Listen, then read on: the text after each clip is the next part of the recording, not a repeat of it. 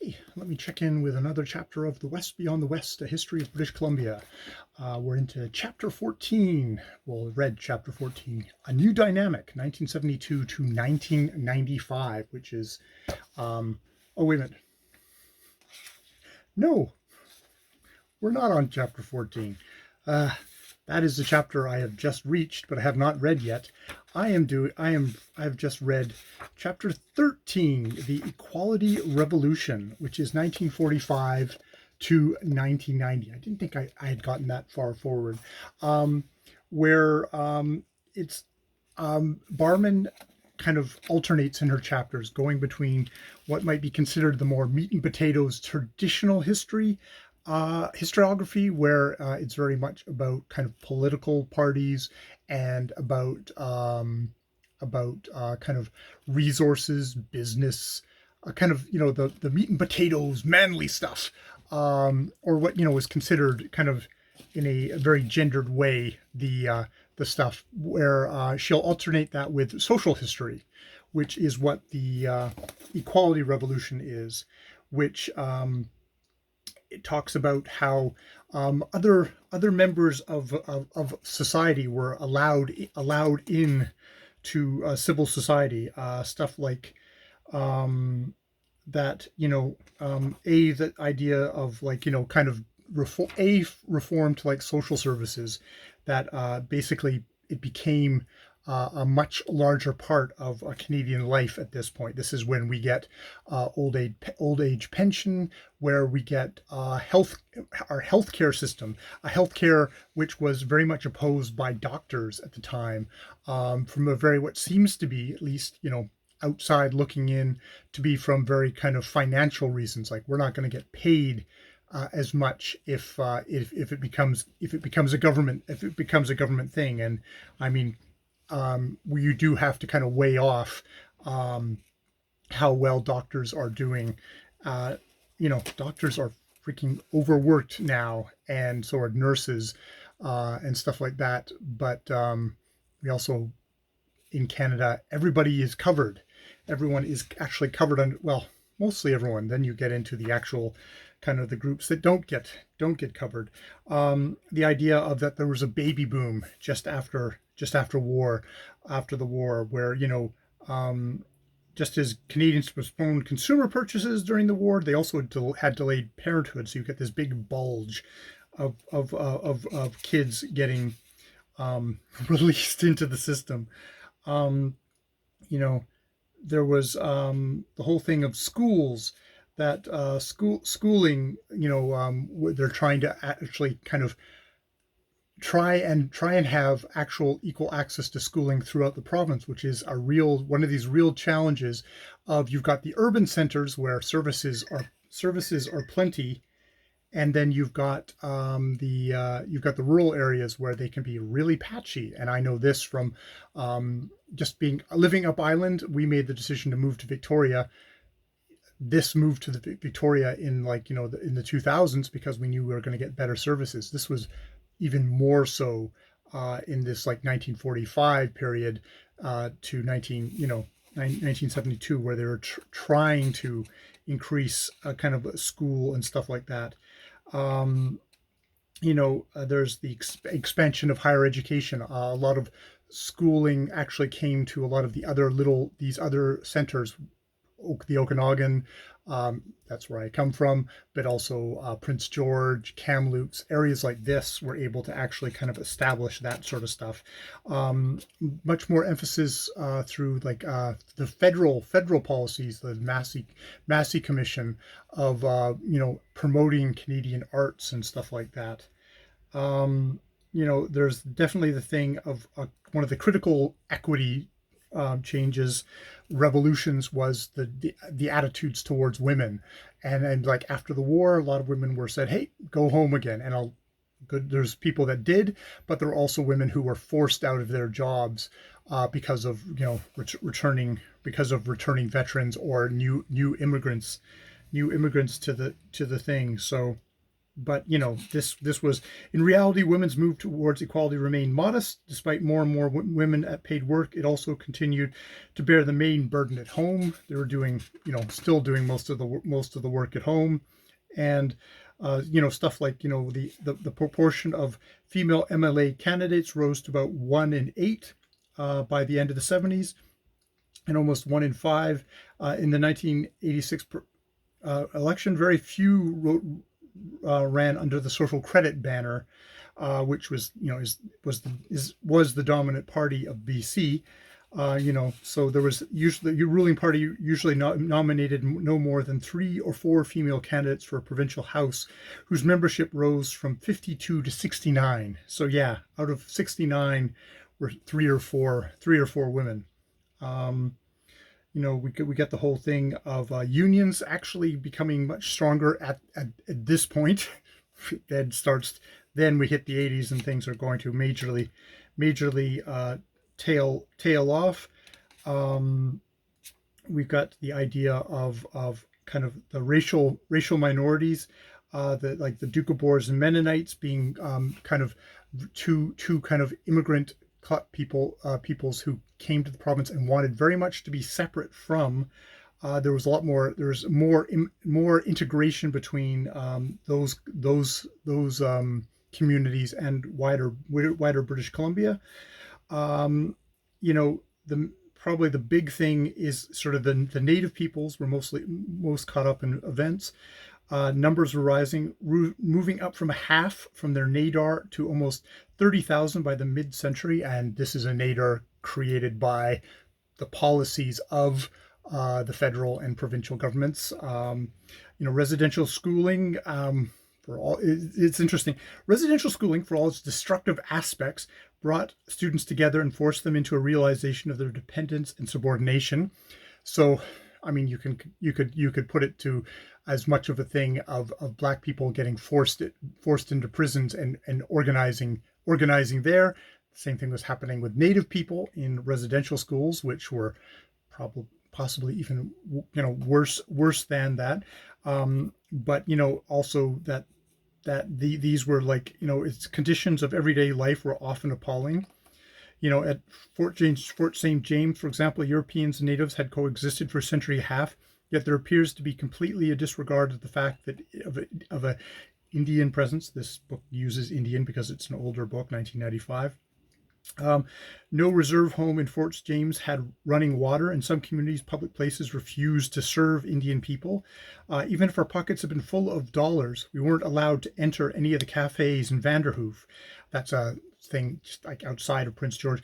Native knew if they walked into a restaurant, they would be asked to leave, and if they were refused, the police would be called. So we have this bad habit in Canada to look down on our southern neighbors. Is like, places where it said, no Black people allowed. It's like Canada, in its own quiet way, had that exact same policy towards Native peoples in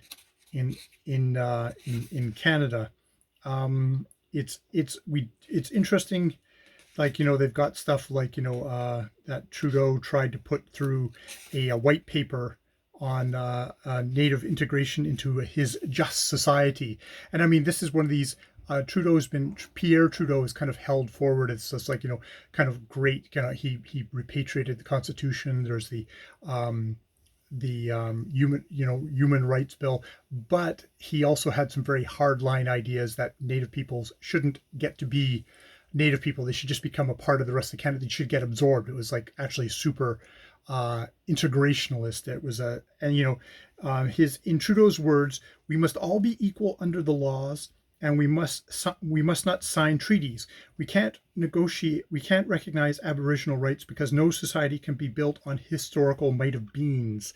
So it's just like, he just wants to kind of push it all aside. Actual agreements that the government of Canada had entered into with Native peoples at its founding, and with very bad faith, did not actually follow up on those agreements, and Native peoples to this day are still waiting for those agreements to be honored, and stuff like that. He did end up forcing to withdraw the proposal, and while the Department of Indian Affairs remained This is 1970. While the Department of Indian Affairs retained ultimate responsibility, Indian agents were withdrawn from reserves. These were basically government government agents who controlled these reserves, that held life and death on a lot of these reserves, were finally in 1970 were actually withdrawn, so that that you know that self-government could be, in the form of band councils, could be put in place. Emphasis was given to the resolution of land claims and to band operating schools, emphasizing pride in native languages and cultures alongside necessary skills to participate in the Canadian economy. This book is kind of, um, maybe it's because we're getting to the end of the book, is rather positive in how it's putting stuff, because like land, like, for land claims and stuff like this, the Canadian government has consistently fought every single land claim in courts for decades upon decades upon decades, until they finally have been ground down to the point of grudgingly giving way to the things. This, it's it's a story of complete struggle that Native peoples in the country have had to fight for everything, and that this book really kind of, I feel like, is kind of portraying that in a kind of, um, in a positive light. There's, Barman's been fairly even-handed, but we're getting into the modern day, and you can almost see a little bit of what I would call, um, justifications going on here, rationalizations going on here for what the state of Canada is now. Maybe this is where Barman is having to kind of negotiate. I'm gonna. I can't be. It feels like she can't be too radical. Maybe she has. Maybe she does. Maybe she actually believes this stuff, but it seems like she's soft pedaling here, in an effort maybe to try and be even-handed as a history book versus an advocacy book. Though just kind of laying out stuff with facts, I think, would be damning enough. You wouldn't really have to go far forward. There's very much the stuff of how, Canada had a definitely policy of, uh, Canada. You see, this is, we get a lot of federal stuff that's happening in this thing of the equality revolution, how much control BC itself had in all this. But there was, immigration got opened up to not just Europeans, and indeed, we have that the most rapid thing was, like, especially for British Columbia, was the arrival of, British Columbians of Chinese descent quadrupled to almost 100,000, and arrivals tended to concentrate in Greater Vancouver to such extent by 1981 that it contained almost 90% of British Columbian residents whose mother tongue was a Chinese language. And it's definitely, it's funny because in this chapter it makes no mention of that, with the swelling of that, arrival of, immigrants from China. There was a concurrent, xenophobic, kind of hate, coming from, British Columbian, white European British Columbians at the same time. This is one of the things. I mean, they do say conflict sometimes broke out between the old and new British Columbians of the Chinese. Actually, it's funny because they're talking about conflicts between, older Chinese immigrants who'd been, like, more or fully kind of in grown up in Canada from day one and have back from generations, and this new one. But they don't, it's not doesn't talk about kind of like white Canadians being real fucking assholes to, xenophobic. And this is probably because, I mean, maybe not, I don't know what this was in the 80s. That was definitely a thing, which is interesting that it's not as much here. We also get a thing of, East Indians, South Asians. See, this is old terminology, and actually it's funny because East Indian is the terminology that I have used for a lot of my life.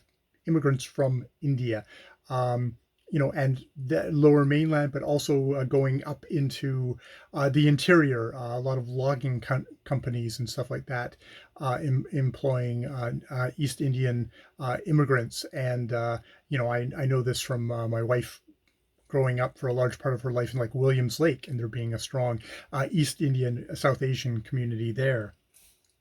And sort of the divisions there, culturally and race based. Um, there is a good section here, and we have like the American immigrants, especially with kind of counterculture of the '60s and Americans coming up, draft dodgers and stuff like that, or just stuff like that. Um, we have a good section here on kind of literary stuff of British Columbia, which was kind of interesting because that's one of those things where I'm really poorly read in my own region's literature. If I'm poorly read in Canadian literature in general, I'm extremely poorly read in Canadian literature.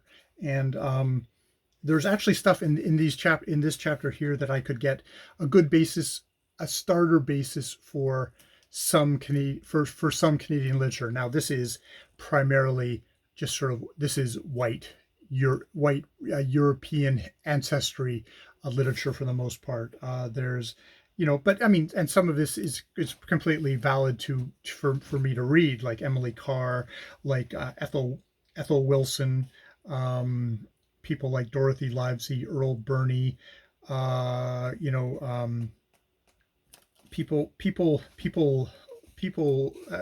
poets, writers like that, Phyllis Webb, um, Robert Skeleton. It's funny, Robin Skeleton is one of these guys, a witch, a warlock witch. That was a fairly intense guy at the University of Victoria, slightly before my time, but I heard the stories.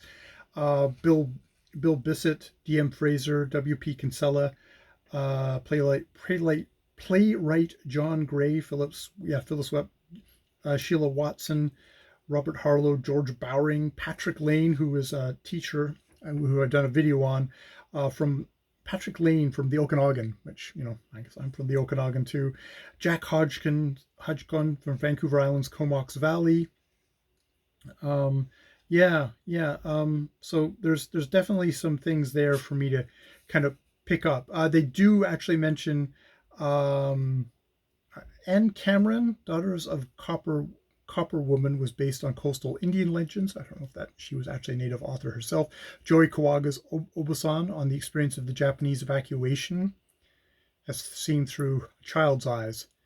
Now, by Japanese evacuation, are we talking about the Japanese the internment camps for Japanese Canadians? That is a really shitty chapter of Canadian history where people, because of their race, were interned, and this wasn't done to German Canadians, but it was done to Japanese Canadians, which yeah, it's an interesting thing. And we get into kind of performing arts stuff that it's equally valid, but I just don't know that much about kind of the art stuff where um, sort of the big artists, Emily Carr, Jack Shadbolt, but probably even more significantly would be Bill Reed and Martin Mungo. What's his name? But yeah, the kind of the big artists of Canada probably are of BC. The truly homegrown is that.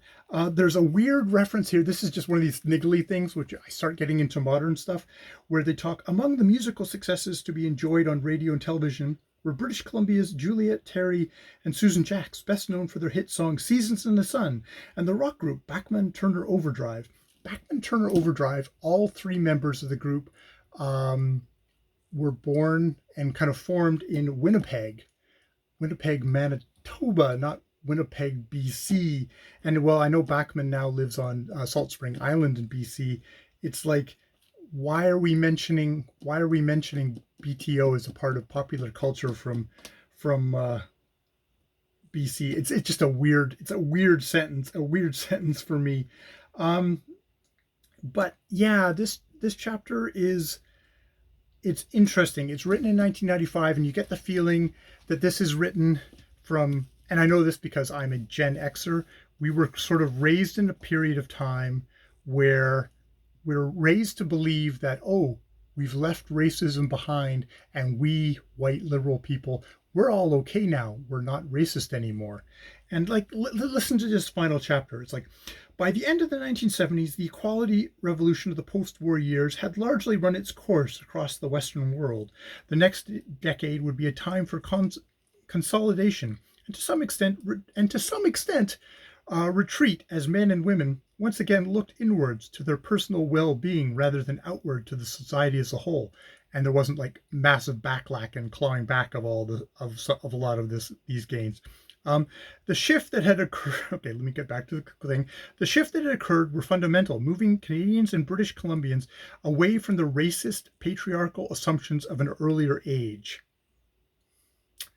Hugh Keenslyside aptly summed up these years, writing in 1982 that quote, "It would be false, of course, to claim that all remnants of social prejudice have even yet been eliminated. But what now exists is for the most part confined to the personal or private organizational level." Cyril Shelford echoed Keensyside's in his observations that, quote, "Today nearly everyone accepts at least the theory of equality." Back in the 90s when racism and sexism and everything else was solved, for the most part, the old cliches no longer held. And I'm not going to roast Gene Barman, because I think if you'd asked a dumb me back in 1995 or whatever, when this book was written, I would have said the same thing without having even looked as much as obviously she has looked. And I mean, you would if you compare 1995 to 1900 to 1850, it's like, okay, yes, miles ahead. But wow. I don't know if it particularly gives you the idea of how many miles and miles and miles we have to go. I mean, speaking from 2021, things are probably, there's a lot of ways that, yeah, maybe that things are way better than they were, by the end of 1970. There's a lot of ways that things are worse now. And as a clueless white Canadian, I know enough to know exactly how much, I know enough to know that, wow, there is a giant chasm of stuff that I probably don't know.